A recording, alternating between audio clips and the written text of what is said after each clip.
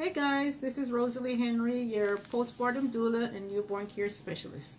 Today I would like to share two tips with you, or two set of, or some tips about two subjects. First one is for my breast pumping moms, and the second one is bath time setup. Okay, so I know like a lot of times when a new mom getting stuff ready for birth or even doing the registry, she don't even include stuff for herself in the registry or in the items to buy. So one of the things I always not or sometimes have to help mom get situated with is a breast a bra, a hands-free bra for pumping, and it makes life so much easier because you have your hands free and you can get to do other stuff. I've had moms even on conference calls or even working while pumping. So one of the things I always suggest, or one tips I always give, is to use like an old sports bra. This is something that I've helped a lot of moms with, cutting a hole in the old, in that old breast, not breast, sports bra. Because I mean, sometimes we have old exercising bras that we're not using anymore, and it's because it's stretched out. But now is the right time to utilize that because we're so engorged now. So it fits. So what I do is, like, right to the front, I would just cut a slit just big enough to put the flange through, and there goes your hands-free bra. You plug it up, and you're good to go. The second tip is also to use your flange after you finish pumping. That flange could easily use as a funnel to put in the bag for storage, and you pour your milk out, and you're good to go. Also, especially for night times, I always suggest, like, labeling. If you're going to be pumping like 3 times, and you're using, it depends on how much you're pumping. If you're needing 2 bags, you could write number 1 in both bags, number 2, number 3. So it's easier in the mornings to remember what time you pump what milk, and you could even date it, and sometimes maybe even take a picture of it, and it will tell you what time you did pump that milk.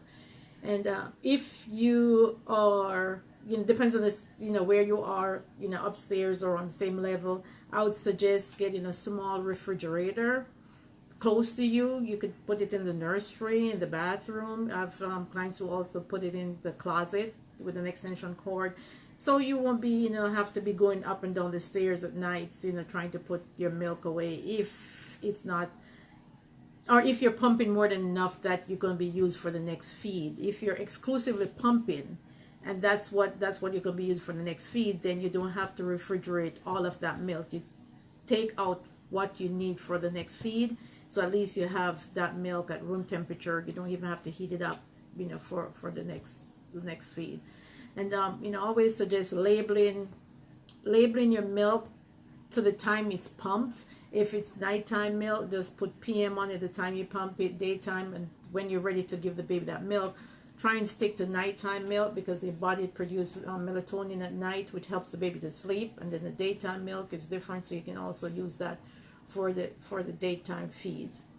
Okay, for I would suggest also, if you're exclusive breastfeeding or just breastfeed, just keep drinking, staying hydrated, up on your calories. That will help with your milk production a lot.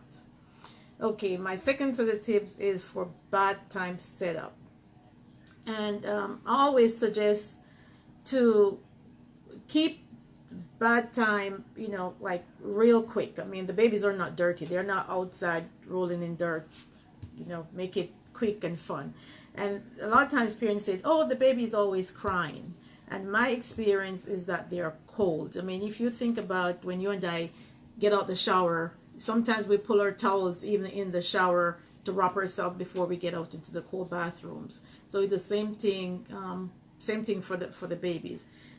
I always suggest not to use like your regular bathtub, because it hurts your back trying to bend over to give that baby a bath. And if you think about when you need to get back up, how unstable it's going to be. Either you're going to have to leave the baby in the water to get yourself up, then reach out or it's not safe to try to get up holding the baby at the same time. If someone else is there with you, then maybe you could pick the baby up, somebody take the baby, and then you could get up, but that's not something I would suggest to do. So what I would suggest is, if your kitchen counter is big enough, wide enough that you could fit the bath to do the bath time, fine. I've had clients who actually give the baby baths in the sink also, as long as your sink is clean, and that's what you want to do, fine. I would suggest also having an insert in the bathtub that your baby, because it's kind of slippery and it's hard to manage the baby when you don't have that cushion. And if you don't have like the sponge in there, just get the biggest bath towel that you can find and fold it, and just use that as an insert. Make sure the water is still above the towel, the baby is covered. Feel the water, make sure it's warm enough to your touch. Make sure you check the temperature before you put the water in there. And also another tip I'll suggest is to get like a hair blower. Plug it in, make sure it's not anywhere that it can fall in the water. And that's the other reason I don't suggest using the bathtub, the regular bathtub. Use the countertop, plug it in, turn the heat towards the wall, so the heat is basically bouncing back and not directly on the baby.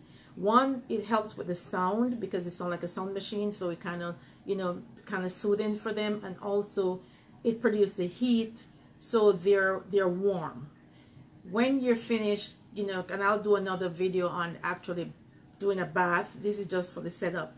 I always suggest having your towel, like a big towel, put it across you, and when you pick the baby up, you can easily just have your baby here and just wrap the baby, and get the baby nice and warm, and just make it quick. Do it as quick as possible. At a newborn age is not something where they're going to be sitting in there and splashing and having fun. It just for them to be cleaned and get in the rhythm of taking bath time.